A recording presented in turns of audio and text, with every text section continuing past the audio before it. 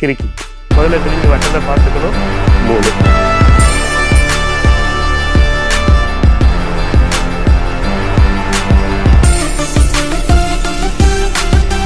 வணக்கம். இன்னைக்கு நம்ம பார்க்க போகிற பாடம் பேர் வந்து கிறுக்கி.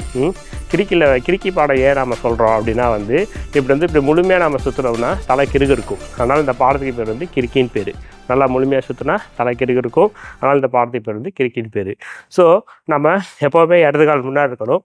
இதுதான் முன் திசை. இப்படி முழுமையாக சுற்றிட்டா இந்த பாடத்துக்கு வந்து முழு கிறுக்கி. ஓகேங்களா? ஒரு ஃபுல் ரவுண்ட் வந்துட்டால் முழு கிறுக்கி.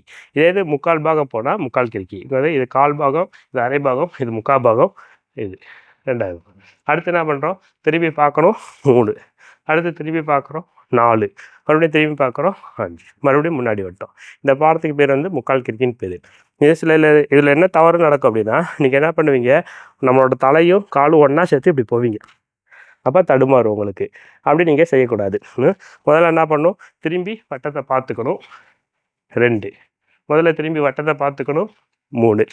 திரும்பி வட்டத்தை பார்க்கணும் 4. எப்படி பார்த்தீங்கன்னா உங்களுக்கு தலை சுத்தாது. திரும்பி வட்டத்தை பார்க்கணும் 1. புரியுதுங்களா?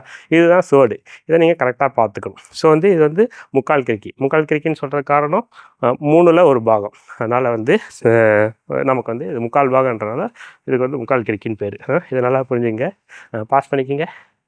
இப்போ நீங்கள் டெமோ பாருங்கள். நம்ம மாணவர்கிட்ட வந்து கால அளவுங்க. ரெடியா? திரும்புங்க. 1. திரும்புங்க. 2. திரும்புங்க. 3. திரும்புங்க. 4. ஓகே. இன்னொரு கட்டம் முன்னோக்க பண்ணுங்க. திரும்புங்க. 1. திரும்புங்க. Very good. பாஸ் பண்ணிக்கோங்க. இப்போ நம்ம கம்பில் எப்படி பண்ண போகிறோம்னு நம்ம பண்ணுறோம். லெசன்ஸோட அறிமுகம் ஏற்கனவே கொடுத்துருக்கேன். 1ஆம் பாடம், 2ஆம் பாடம், 3ஆம் பாடம் எல்லாம் அறிமுகம் கொடுத்துருக்குறேன் நான். ஸோ இப்போ நம்ம 3ஆம் பாடத்தில் இந்த பாடத்தை வந்து செய்ய போகிறோம். கிறுக்கியில் செய்ய போகிறோம். ஸோ இங்கே வந்து ஸ்டிக் பொசிஷன், இதுக்கும் லெசன் நான் ஏற்கனவே கொடுத்துருக்கேன். நார்மல் பொசிஷன், ஸ்டிக் பொசிஷன் எப்படி நிற்கணும்னு சொல்லிட்டு அதையும் நீங்கள் பார்த்துக்குங்க. வலது கால் பின்னாடி போகணும், கம்பு எடுத்து முன்னாடி வைக்கணும். ஸோ 3ஆம் பாடன்றது பின்னாடி மேல் சுற்று, முன்னாடி கீழ் சுற்று. ஓகேயா? ஸோ கிறுக்கி பாடத்துக்கு என்ன பண்ணணும்? கம்பை இங்கே வச்சுக்கிட்டு திரும்பி பார்க்குறீங்க. இந்த கால் மேலே தூக்கும்போது கம்பு மேலே தூக்கணும். காலும் கம்பு இப்படி மேலே ஏறணும். இந்த அப்படி. ஓகேயா? மறுபடியும் 3ஆம் பாடம் 1, 2. மறுபடியும் என்ன பண்ணுறோம்? காலும் கம்பு மேலே ஏறணும். ஓகே. 1, 2.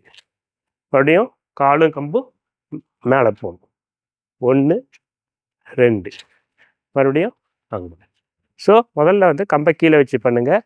அடுத்த முறை வந்து கம்பு கீழே வைக்காமல் பண்ணணும். 1, 2. திரும்புகிறோம். 1, 2. திரும்புகிறோம். 1, 2. திரும்புகிறோம். 1, 2. ஓகே. புரியுச்சா? வந்ததுக்கப்புறம் மறுபடியும் நார்மல் பொசிஷன் எடுக்கும்.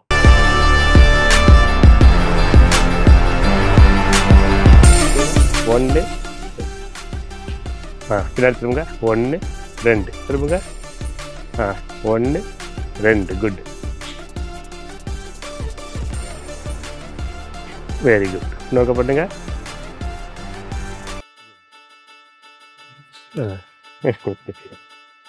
அது தவறு இல்லையா? ஸோ தவறுகள்லேருந்து பாடம் கற்றுக்கலாம். பண்ணுங்க மறுபடியும்.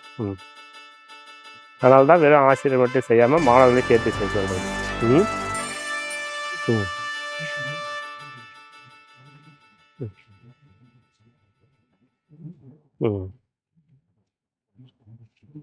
ஓகே. நில்லுங்க.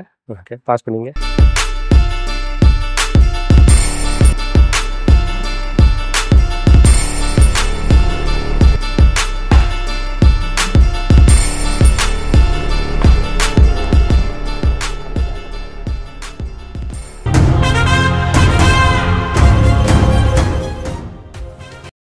ஸோ நம்ம இந்த பாடம் கிறுக்கி பாடத்தை நம்ம 4ஆம் பாடம் காம்பினேஷன்லேயும் சேர்த்து பார்ப்போம். 4ஆம் பாடம் புகழ், வலது புகழ் நம்ம சொல்லியிருக்கிறோம். வலது புகழ் வந்து எப்படி எடுக்கிறது?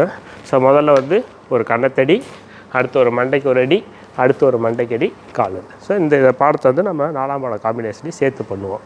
வாய்ப்பு இருக்கவங்க பண்ணுங்கள். 3 கம்பு உள்ள கொடுக்குறோம். 4.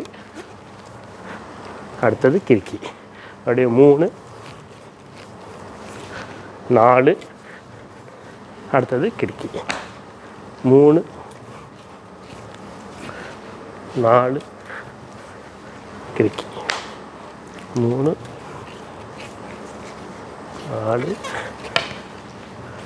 அது